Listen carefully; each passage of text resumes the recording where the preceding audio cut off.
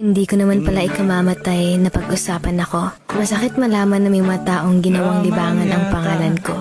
Pero napagtanto ko na hindi ko kailangang ipaliwanag ang sarili ko sa mga taong hindi rin naman handang umintindi. Mga kababayan, kamusta kayo? Subscribe sa aking channel, Peking Koreana. Thank you so much mga kababayan. Panoorin niyo ang aking vlog hanggang matapos ang aking farmhouse.